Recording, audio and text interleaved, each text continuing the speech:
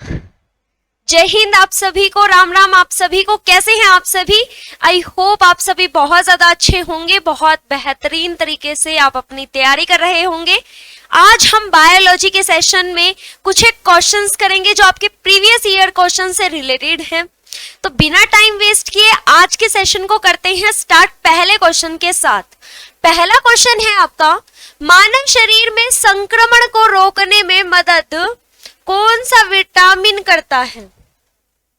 ये बताना है कि जो संक्रमण होता है उसको रोकने में कौन सा विटामिन मदद करता है।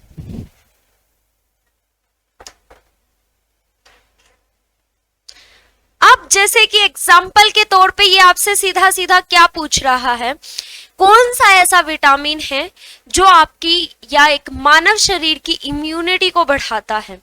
अब एग्जाम्पल के तौर पर मान के चलिए कोरोना वायरस आया, उस टाइम पे क्या था, उस संक्रमण से बचने के लिए आप क्या पीते थे? नींबू पानी ज्यादा पीते थे, खट्टी चीजें ज्यादा खाते थे, ये चीज देखी होंगी आपने। तो जो आपका संक्रमण से बचने वाला जो विटामिन हो जाएगा वो हो जाएगा विटामिन सी। विटामिन सी को एस्कॉर्बिक एसिड भी कहा जाता है। विटामिन सी को एस्कॉर्बिक एसिड के नाम से जाना जाता है। इसकी कमी से, यदि इसकी कमी हो जाए तो स्कर्वी रोग हो जाता है। स्कर्वी रोग हो जाता है। इस स्कर्वी रोग के अंदर क्या होता है, जो आपके गम्स होते हैं यानी कि जो मसूड़े होते हैं उनमें से ब्लीडिंग होती है। मसूड़ों में से खून आना, मसूड़ों में से खून का आना किस रोग के अंदर होता है? स्कर्वी रोग के अंदर होता है। और स्कर्वी रोग किस विटामिन की कमी से होता है? विटामिन सी की कमी से होता है। विटामिन बी को थायमीन के नाम से जाना जाता है। विटामिन ए का केमिकल नेम है रेटिनोल, इसको रेटिनोल के नाम से जाना जाता है। विटामिन ए की कमी से रतौंधी रोग हो जाता है। विटामिन डी को कैल्सीफिरोल के लिए जाना जाता है। जो रिकेट्स रोग है वो विटामिन डी की कमी से हो जाता है। उसके अंदर रिकेट्स रोग के अंदर क्या हो जाती है, हमारी हड्डियां कमजोर हो जाती हैं। जो 7 से लेके 10 साल तक के बच्चे होते हैं उनकी हड्डियां कमजोर हो जाती है। उसकी वजह से कौन सी बीमारी हो जाती है? तो रिकेट बीमारी हो जाती है। रिकेट्स, हड्डियां कमजोर हो जाती हैं इसमें। और इस विटामिन का केमिकल नाम क्या है? कैल्सीफिरोल। विटामिन सी इस क्वेश्चन का बिल्कुल सही आंसर हो जाएगा। अगले क्वेश्चन पे बढ़ते हैं। क्वेश्चन नंबर 2 है, प्रकाश संश्लेषण यानी कि फोटोसिंथेसिस का प्राथमिक उत्पाद क्या है? कहने का मतलब जिस टाइम पे फोटोसिंथेसिस होता है तो सबसे पहली क्या चीज बाहर निकल के आती है? कौन सा उत्पाद बाहर निकल के आता है?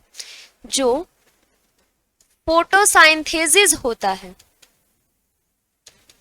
उसमें से कौन सा प्रोडक्ट बाहर निकल के आएगा? ऑप्शन ए है सिट्रिक अम्ल, ऑप्शन बी है ग्लूकोज, ऑप्शन सी है स्टार्च, ऑप्शन डी है माल्टोज। तो एक चीज देखिए, जब आपका प्रकाश संश्लेषण होता है, मान के चलिए आपका प्रकाश संश्लेषण हुआ सूर्य की किरणों में, सनलाइट की किरणों में क्या हुआ? प्रकाश संश्लेषण हुआ। तो यहां से क्या चीज निकलेगी? सबसे पहले निकलती है आपकी ग्लूकोज C6H12O6। क्या निकली यहां से? ग्लूकोज निकली। ग्लूकोज के साथ क्या निकलेगा? पानी निकलेगा। और क्या चीज निकलेगी? ऑक्सीजन निकल जाएगी। कार्बन डाइऑक्साइड थी, पानी था, प्रकाश संश्लेषण की प्रक्रिया हुई, उसकी प्रक्रिया होने पे क्या चीज बाहर निकल के आ रही है? ऑक्सीजन, ग्लूकोज बाहर निकल के आ रही है, यानी कि C6H12O6 बाहर निकल के आता है। यदि पूछा जाए जो पौधों का खाना होता है वो किस भाग में संचय किया जाता है, किस भाग में संचय होता है, किस भाग में स्टोर किया जाता है? तो जो फूड स्टोरेज होता है, प्लांट का भोजन संचय इसी भाग के अंदर या इसी फॉर्म के अंदर होता है। स्टार्च की फॉर्म में क्या होता है, प्लांट का भोजन संचय होता है, यानी कि फूड स्टोर होता है। क्लियर है यहां तक? क्वेश्चन नंबर 3 है, निम्न में से किसको भूरा कोयला कहा जाता है? भूरा कोयला किसको कहा जाता है? एंथ्रोसाइट को कहा जाता है, बिटुमन्स को कहा जाता है, कोक को कहा जाता है, या लिग्नाइट को कहा जाता है? तो बहुत छठी 7वीं क्लास का मेरे ख्याल से ये क्वेश्चन है आपका। जो लिग्नाइट होता है, लिग्नाइट को किस नाम से जाना जाता है? भूरा कोयला के नाम से जाना जाता है। नेक्स्ट क्वेश्चन है, निम्नलिखित में से कौन सा ईंधन सबसे कम पर्यावरण प्रदूषित करता है, प्रदूषण करता है? यानी कि इनमें से ऐसा कौन सा ईंधन है, कौन सा फ्यूल है, फॉसिल फ्यूल है, जो क्या काम करता है, जो प्रदूषण कम करने का काम करता है, पर्यावरण के अंदर प्रदूषण नहीं फैलाता? ये क्वेश्चन आपसे पूछा गया है। ऑप्शन ए है डीजल, ऑप्शन बी है केरोसिन, ऑप्शन सी है हाइड्रोजन और ऑप्शन डी है कोयला। तो इसका जो करेक्ट आंसर हो जाएगा, जो आपकी हाइड्रोजन है, हाइड्रोजन के अंदर जब आप इसको जलाते हो तो प्रदूषण नहीं फैलता।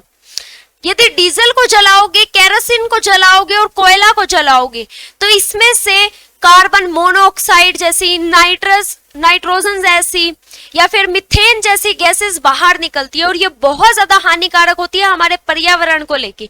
लेकिन जो आपका हाइड्रोजन होता है, हाइड्रोजन हमारे एनवायरनमेंट को अच्छा रखने के लिए प्रयोग किया जाने वाला क्या है, फ्यूल है या ईंधन है। क्वेश्चन नंबर 6 क्या हो जाएगा, निम्नलिखित में से कौन सा सिट्रिक अम्ल का प्राथमिक स्रोत है? सिट्रिक अम्ल के बारे में बताना है, यानी कि सिट्रिक एसिड के बारे में बताना है। किन पदार्थों से आपको सिट्रिक एसिड मिलता है? ए इमली, बी आम, सी नारंगी, डी खट्टा दूध। तो एक चीज आपको पता होगी, जो आपके खट्टे फल होते हैं उनसे आपको क्या मिलता है? सिट्रिक एसिड मिलता है। कौन सा एसिड मिलता है? सिट्रिक एसिड मिलता है। और खट्टे फलों के अंदर कौन सा विटामिन मिलेगा आपको? तो विटामिन सी मिलता है। तो इनमें से आपका कौन सा आंसर करेक्ट हो जाएगा? तो ये जो एक नारंगी है, ये एक प्रकार का फल होता है। नारंगी है, नींबू है, आंवला है, ये सारे कैसे फ्रूट हैं? ये खट्टे फल हैं। ये खट्टे फल हैं और खट्टे फलों से कौन सा एसिड मिलता है? तो सिट्रिक एसिड मिलता है। मोस्टली बच्चे स्टार्टिंग में क्या सोचते हैं, शायद इमली खट्टी होती है तो इमली से मिलता है। नहीं, जो नारंगी होता है, नारंगी एक प्रकार का फ्रूट होता है, आपका फल होता है, जिससे आपको क्या मिलता है? सिट्रिक एसिड मिलने का काम होता है। क्वेश्चन नंबर 6 है, निम्न में से कौन सा एसिड चींटी के काटने में मौजूद होता है? बहुत ज्यादा इंपॉर्टेंट क्वेश्चन है, बहुत ज्यादा इंपॉर्टेंट क्वेश्चन है। पूछा गया है, निम्न में से कौन सा एसिड चींटी के काटने में मौजूद होता है? ऑप्शन ए है फॉर्मिक एसिड, बी है मॉलिक एसिड या मैलिक एसिड, पर क्लोरीन एसिड या नाइट्रिक एसिड। पूछा गया है आपसे, फॉर्मिक एसिड है या मैलिक एसिड है या क्लोरीन एसिड है, क्लोरीन एसिड है या नाइट्रिक एसिड है। क्वेश्चन पूछा गया है, जब चींटी काटती है तो वो कौन सा एसिड छोड़ देती है? मान के चलिए हाथ के ऊपर काटा तो उसने कौन सा एसिड छोड़ा? जब चींटी काटती है तो कौन सा एसिड छोड़ती है? फॉर्मिक एसिड छोड़ती है। कौन सा एसिड? फॉर्मिक एसिड छोड़ती है। और मैलिक एसिड किसके अंदर मिलता है? जो एप्पल होता है, एप्पल के अंदर मैलिक एसिड होता है। क्लियर है यहां तक?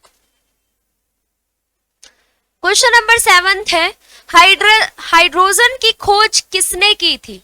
हाइड्रोजन की खोज, हाइड्रोजन की डिस्कवरी किसके द्वारा करी गई थी? ऑप्शन ए है केवेंडिश, ऑप्शन बी है प्रिस्टले, ऑप्शन सी है बॉयल, ऑप्शन डी है चार्ल्स। कैवेंडिश के द्वारा करी गई, प्रिस्ले के द्वारा करी गई, बॉयल के द्वारा करी गई या चार्ल्स के द्वारा करी गई?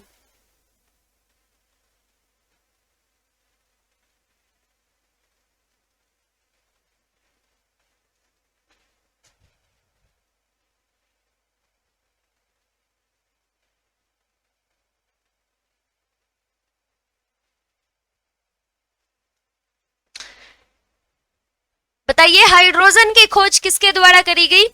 तो जो आपके कैवेंडिश है, कैवेंडिश के द्वारा क्या करी गई? हाइड्रोजन की खोज करी गई 1766 के अंदर। लेकिन यदि ये पूछा जाए ये हाइड्रोजन नाम किसने दिया?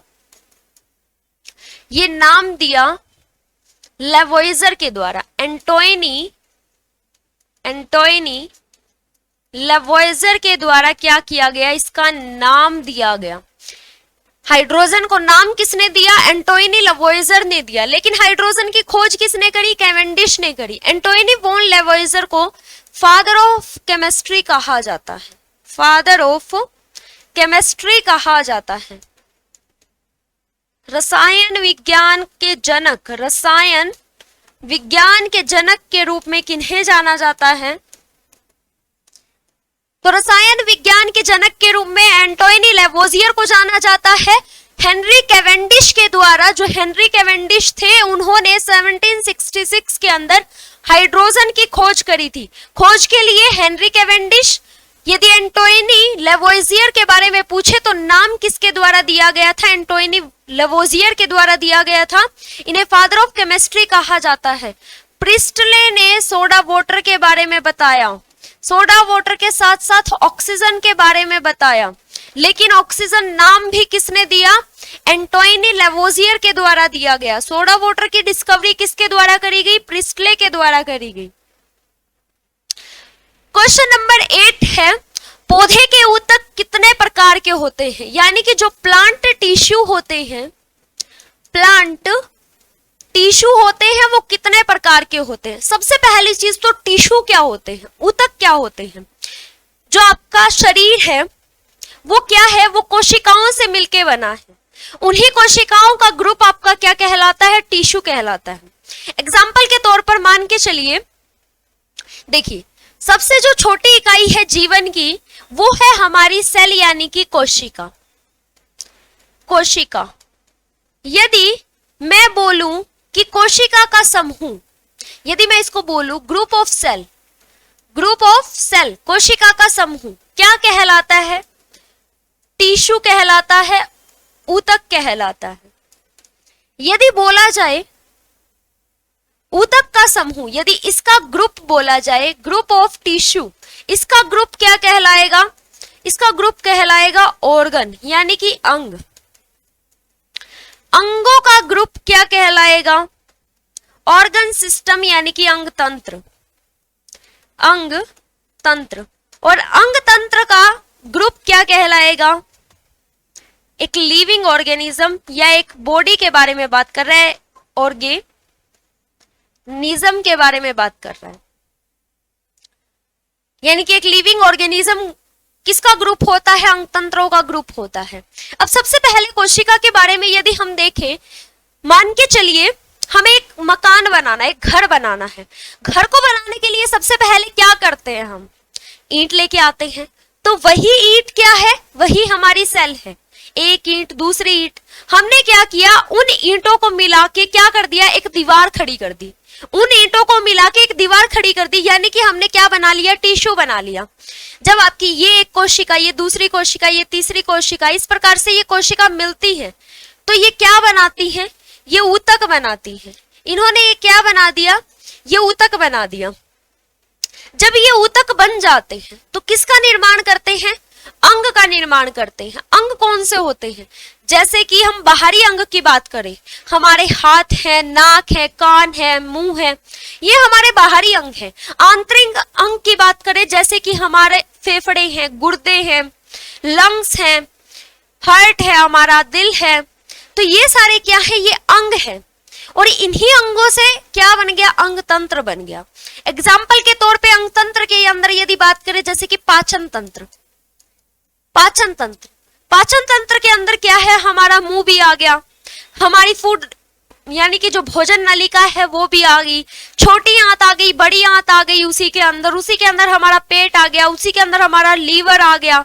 तो लीवर एक ऑर्गन है, छोटी आंत भी एक ऑर्गन है, बड़ी आंत भी एक ऑर्गन है। तो इन्हीं ऑर्गन से मिलके क्या बन गया, एक तंत्र बन गया। कौन सा तंत्र, पाचन तंत्र। और जब इसी प्रकार के बहुत सारे अंग तंत्र मिल जाते हैं तो एक लिविंग ऑर्गेनिज्म का निर्माण करते हैं।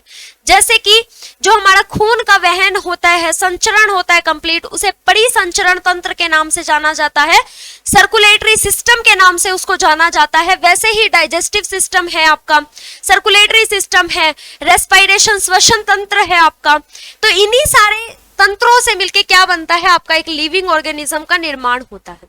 तो सबसे पहले हम बात किसके बारे में कर रहे थे, टिश्यू के बारे में, यानी कि ऊतक के बारे में बात कर रहे हैं।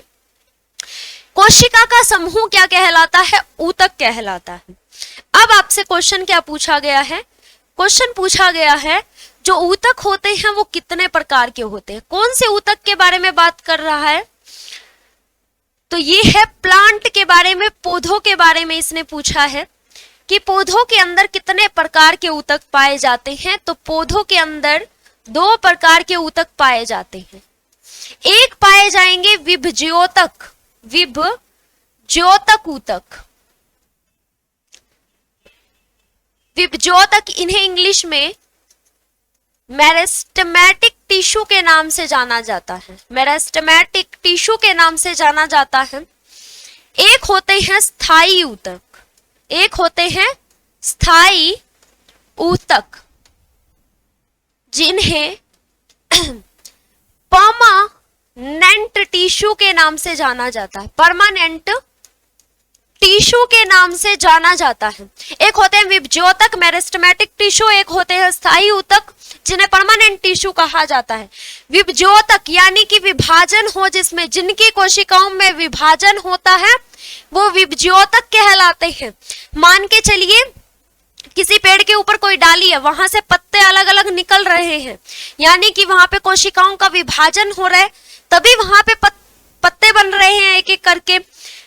स्थायी ऊतक कौन से होते हैं, जिसके अंदर कोशिका विभाजन होना बंद हो जाता है, यानी कि नई कोशिका बननी बंद हो जाती है। जो कठोर भाग होता है आपके टिश्यू के अंदर वो किसका होता है, वो स्थायी ऊतक का होता है, क्योंकि उसके अंदर नई कोशिकाएं नहीं बनती, वही पुरानी कोशिकाएं होती हैं और उन कोशिकाओं के अंदर विभाजन बंद हो जाता है। ये तो था प्लांट टिश्यू के बारे में। यदि एनिमल टिश्यू के बारे में पूछे, यानी कि जंतु ऊतक के बारे में पूछे, कितने प्रकार के जंतु ऊतक होते हैं, यदि जंतु ऊतक के बारे में पूछे तो 4 प्रकार के होते हैं। ठीक है, नेक्स्ट क्वेश्चन पर आते हैं। अग्नाशय कौन सा रस निस्तृत करता है, अग्नाशय यानी कि जो आपका पेनक्रियाज है, पेनक्रियाज है, उसके अंदर कौन सा रस निस्तृत का मतलब है बाहर निकलता है, इंसुलिन, पित्त रस, पाचन रस, या इनमें से कोई नहीं। कौन सा रस बाहर निकलता है, पहली बात पाचन रस नाम का तो कोई रस ही नहीं होता, तो ये ऑप्शन भी नहीं होगा। इनमें से कोई नहीं, ये ऑप्शन भी नहीं होगा। बचा इंसुलिन और पित्त रस। तो देखिए जो इंसुलिन होता है वो इसका बिल्कुल सही आंसर हो जाएगा। इंसुलिन क्या हो जाएगा, बिल्कुल सही आंसर हो जाएगा। पित्तरस कहां पर बनता है, पित्तरस बनता है यकृत में, यानी कि लीवर के अंदर। क्लियर है, अग्नाशय में क्या बनेगा, कौन सा रस निस्तृत होता है, इंसुलिन होता है। पत्तों में दिखाई देने वाली शिराएं क्या कार्य करती हैं, बहुत ज्यादा इंपॉर्टेंट क्वेश्चन है। पत्तों में दिखाई देने वाली शिराएं क्या कार्य करती है, प्रकाश संश्लेषण का, वाष्पोत्सर्जन का, भंडारण का या चालन का, क्या काम करती हैं।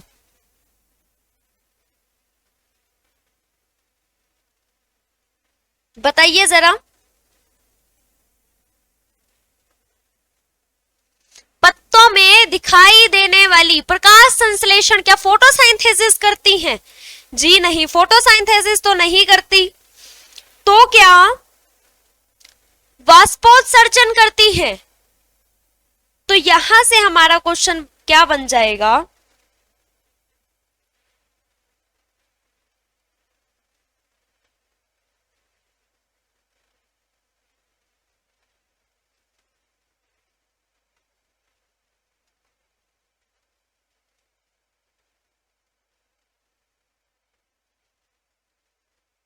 देखिए जरा, जो वाष्पोत्सर्जन है यानी कि वेपराइजेशन है वो कहां पर होता है, वो पत्तों के अंदर जो शिराएं होती हैं वहां पर होता है।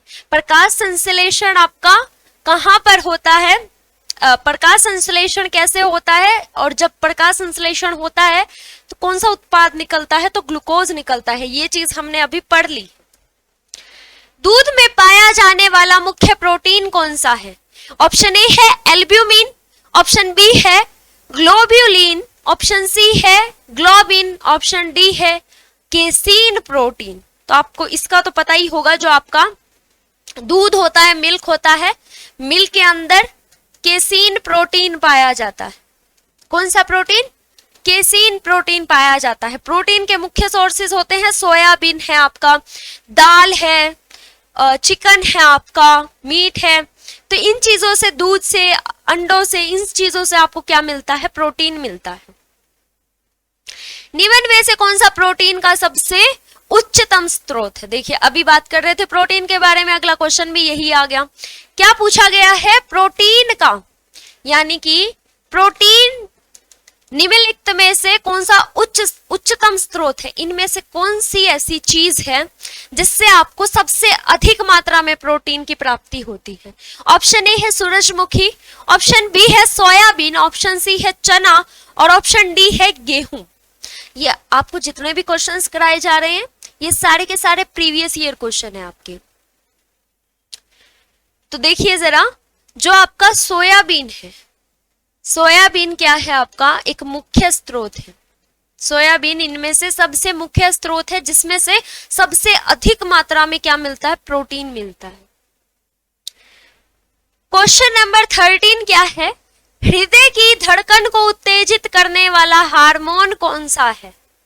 क्या पूछा गया है, हृदय की धड़कनों को जो उत्तेजित कर दे वो हार्मोन कौन सा है। ऑप्शन ए है थायरॉक्सिन हार्मोन,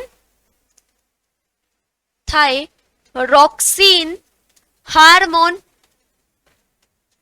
या गैस्ट्रीन हार्मोन, गैस्ट्रीन हार्मोन, या ग्लाइकोजन हार्मोन, ग्लाइकोजन हार्मोन,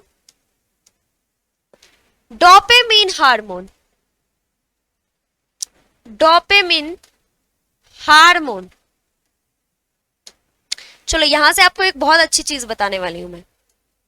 देखिए जरा, इस क्वेश्चन का सही आंसर क्या हो जाएगा, थायरॉक्सिन हार्मोन जो है वो इसका बिल्कुल सही आंसर हो जाएगा। हृदय की जो धड़कनें होती हैं उत्तेजित हो जाती हैं किसी चीज को देख के, वो किसकी वजह से होती है, वो थायरॉक्सिन हार्मोन की वजह से होती है। हमारे शरीर के अंदर एक डोपामिन नाम का हार्मोन बनता है, और ये जो डोपामिन होता है ये हमारे ब्रेन के अंदर बनता है। किसके अंदर बनेगा, मस्तिष्क के अंदर बनता है। और इस भाग के अंदर क्या होता है, जो हमारे मस्तिष्क के अंदर एक भाग होता है जिसे हाइपोथैलेमस कहा जाता है, हाइपोथैलेमस कहा जाता है। इस भाग के अंदर क्या बनता है, ये डोपामिन हार्मोन बनता है। इस हार्मोन के अंदर क्या होती है, ये दो काम करता है मेन। ये क्या करेगा, ये दो काम करेगा। कई लोग बोलते हैं कि पहली चीज तो इसका काम सुन लो, फिर उसके बाद बताते हैं आपको। जो डोपामिन हार्मोन होता है वो हमारे मन के अंदर क्या करता है, किसी को लेके कोई फीलिंग्स आ रही है, कोई अच्छी फीलिंग आ रही है, प्यार भरी फीलिंग आ रही है, या किसी को देख के नफरत वाली फीलिंग आती है, किसी को देख के अच्छा लगता है, किसी को देख के बुरा लगता है, हमें ये चीज पसंद नहीं, हमें वो चीज पसंद नहीं, दिमाग में कोई थॉट आता है किसी को लेके, किसी की खूबसूरती को लेके, तो वो सारी चीजें किसकी वजह से होती हैं, वो डोपामिन हार्मोन की वजह से होती है। यही डोपामिन हार्मोन क्या करता है, एडिक्शन करवाने का काम करता है। किसी भी चीज की आदत जो डल जाती है, मान के चलो आप किसी से बात कर रहे हो फोन पे, मतलब कोई दोस्त है, कुछ भी है, उससे आप फोन पे बात कर रहे हो, लगातार यदि आप उससे बात कर रहे हो तो ये डोपामिन हार्मोन क्या कर देगा, ये एक्टिवेट हो जाएगा किस भाग के अंदर, हाइपोथैलेमस भाग के अंदर, यानी कि ब्रेन के अंदर जो हमारा हाइपोथैलेमस भाग है इसके अंदर ये क्या हो जाएगा, ये एक्टिवेट हो जाएगा।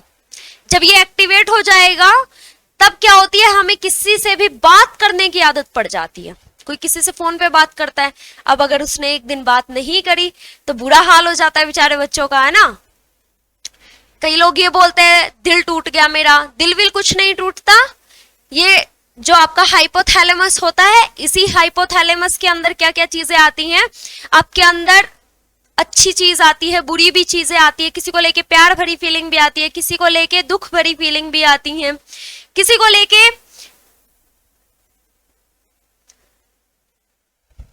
ठीक है। यहां तक चीजें समझ आई। आई होप आपको ये वाला पॉइंट क्लियर हो चुका होगा। डोपामिन हार्मोन के बारे में आपको कुछ एक चीजें पता लगी होंगी। और दिल की धड़कनों, हृदय की धड़कनों को उत्तेजित करने वाला थायरोक्सिन हार्मोन होता है।